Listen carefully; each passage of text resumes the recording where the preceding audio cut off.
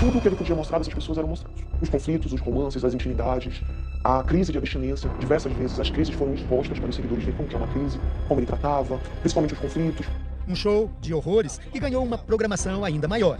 Não tem nada a ver contigo. Sai daí, mano, sai daí. Antônio Zacarias foi um dos primeiros a denunciar o que ele chama de abusos horrendos, tudo cometido por Marcos Bastos. Eu só ouvi falar no Marcos Bastos, quando a dona Ângela Maria me procurou, dizendo que havia alugado os 12 carros para eles. A partir disso, comecei a investigar e descobri que se tratava de um banco que diariamente denunciava ele. E eu fui investigando e descobri uma série de outras coisas. As denúncias encorajaram dezenas de outros e de todos os tipos. Em 2021, Ângela Moreira usou todo o dinheiro que tinha para comprar 2 carros que foram alugados pelo Instituto de Pai Marcos. Depois disso, ela nunca mais conseguiu reaver os bens. Eu fui vítima de uma organização, de uma quadrilha. Eu comprei 2 carros financiados, o único dinheiro naquele momento que eu tinha. Você tinha vendido a casa? Sim. E o que me coube, a parte dessa casa, eu apliquei para comprar esses 2 carros para ter uma renda, para que eu pudesse sustentar minha família, ter meu dinheiro. Pegaram, alugaram o primeiro carro, no mês seguinte, alugaram outro carro e levaram para essa instituição. E meu carro tinha rastreador, eu sabia onde o carro estava. Quando eu vi o filho dele anunciando outro carro à venda, e também com o nome da instituição, Pai Resgatando Vidas. As denúncias custaram caro. Ângela passou a sofrer perseguições por parte dos seguidores e funcionários de Pai Marcos. Ele fez uma live. Nessa live, uma das seguidoras dele perguntou do meu carro. Cadê o carro da dona Ângela? Aí ele disse assim, não me pergunte sobre o carro. Se eu encontrar ela, eu vou fazer um estrago. Essa dona Ângela é uma imunda, uma senhora imunda que vive à custa dessas cobras. Assustada, a mulher teve que mudar de cidade. Você imagina o medo desse homem fazer algo comigo, com a minha família? Não foi fácil. E ainda não está sendo fácil, entende? Ângela não foi a única. Muitas vítimas precisaram sair de Manaus e outras encontraram refúgio fora do país. Primeiro conheci o Marcos Bastos e o movimento que ele fazia nas redes sociais. Contribuí de todas as formas possíveis, compartilhando também financeiramente. Amigos fizeram depósitos, grupos também que eu participei. Foi diversas formas de contribuição. Grazi mora na Europa. Ela apoiou a ONG por anos, até que passou a questionar a conduta e a vida de luxo que Pai Marcos exibia nas redes sociais. De acordo com a Polícia Civil do Amazonas, entre 2019 e 2024, a ONG de Pai Marcos movimentou mais de 20 milhões de reais. Então eles percebiam que os valores não estavam sendo destinados, que eles viam os moradores, o dinheiro sendo doado à instituição, mas nunca esses moradores recebiam um atendimento melhor. Então eles começaram a suspeitar que havia algo de errado.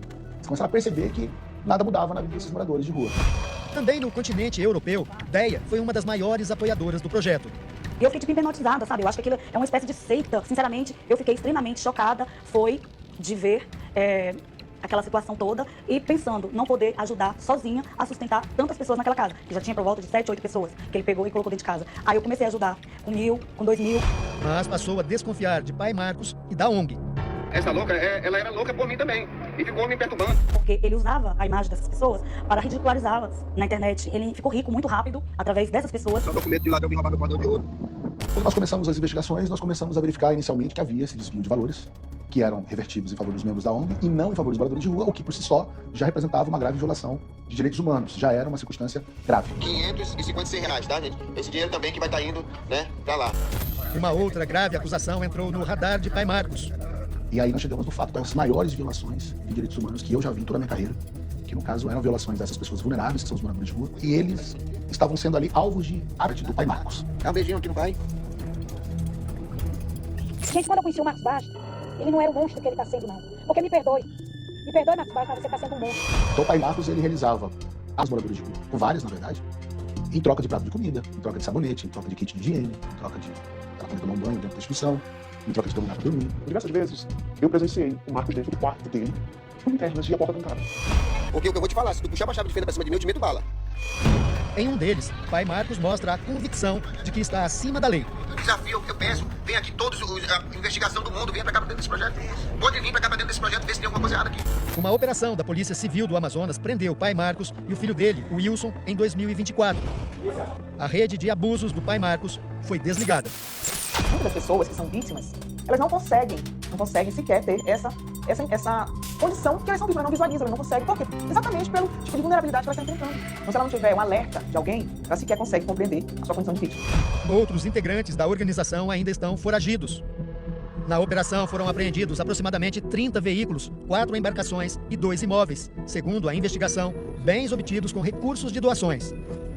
Pai Marcos e os responsáveis pela instituição devem responder. Na verdade, a questão de mostrar os adictos daquela forma foi algo que, na sua ignorância, digamos assim, ele fazia com o fito de ajudar aquelas pessoas. Existem denúncias, né, de que ele teria praticado atos com algumas das adictas e feito algumas, às vezes, ofensas e agressões contra alguns deles também. Isso aí foi tudo totalmente comprovado nos autos do processo, que foi tudo uma farsa, não houve. Ele não se envolvia com nenhuma adicta. Agora, a esperança das vítimas é de que a justiça seja feita. Meu Deus, assim, como que pode? Cadê a justiça? Porque eu fui lesada, fui enganada por ele. Muitas pessoas fazem as coisas pensando que não vai dar em nada, mas eu acredito muito na justiça que vai passar bastante tempo lá onde ele está.